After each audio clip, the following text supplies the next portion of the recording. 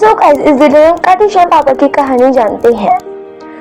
बाबरिक दुनिया के सर्वश्रेष्ठ धनुर्धर थे। बाबरिक के लिए 3 दान ही काफी थे, जिसके बल पर वह कौरवों और पांडवों की पूरी सेना को समाप्त कर सकते थे। युद्ध के मैदान में भीम पुत्र बाबरिक दोनों खेमों के मध्य बिंदु एक पीपल के वृक्ष के नीचे खड़े हो गए और यह घोषणा कर डाली कि मैं उस पक्ष की तरफ से लड़ूंगा जो हार रहा होगा।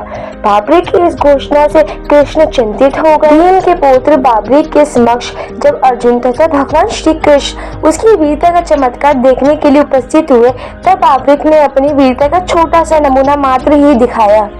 कृष्ण ने कहा कि यह जो वृक्ष है, इसके सारे पत्तों को एक ही तीर से छेद दो तो मैं मान जाऊंगा। बाबरिक ने आज्ञा लेकर तीर को वृक्ष की ओर छोड़ दिया। जब तीर एक एक कर सारे पत्तों को छेदता जा रहा था, उसी दौरान एक पत्ता टूटकर नीचे गिर पड़ा। कृष्ण ने उस पत्ते पर यह सोचकर पैर रखकर उसे छुपा लिया कि यह छेद होने से बच जाएगा, लेकिन सभी पत्तों को छेदता हुआ वह तीर कृष्ण के पैरों के पास आकर रुक गया। तब बाबरिक ने कहा कि प्रभु, आपके पैर के नीचे एक पत्ता दबा है, कृपया पैर हटा लीजिए, क्योंकि मैंने तीर को सिर्फ पत्तों को छेदने की आज्ञा दे रखी है, आपके पैर को छेदने की नहीं।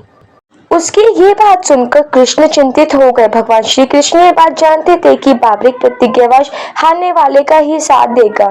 यदि कौरव हारते हुए नजर आए तो फिर पांडवों के लिए संकट खड़ा हो जाएगा, और यदि जब पांडव बाबरिक के सामने हारते नजर आए तो फिर वह पांडवों का साथ देगा। इस तरह वह दोनों ओर की सेना को एक ही तीर से खत्म कर देगा। तब भगवान श्री कृष्ण ब्राह्मण का भेष बनाकर सुबह बाबरिक के शिविर के द्वार पर पहुंच गए और दार मांगने लगे। बाबरिक ने कहा, मांगो ब्राह्मण, क्या चाहिए? ब्राह्मण रूपी कृष्ण ने कहा कि तुम दे ना सकोगे। लेकिन बाबरिक कृष्ण के जाल में फंस गए और कृष्ण ने उनसे उनका शीश मांग लिया। बाबरिक द्वारा अपने पितामह पांडवों की विजय हेतु स्वच्छ के साथ शीशदान कर दिया गया।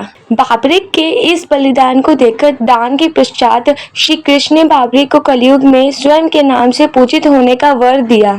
आज बाबरिक को खाटू श्याम के नाम से पूजा जाता है। जहाँ कृष्ण ने उनका शीश रखा था, उस स्थान का नाम खाटू है।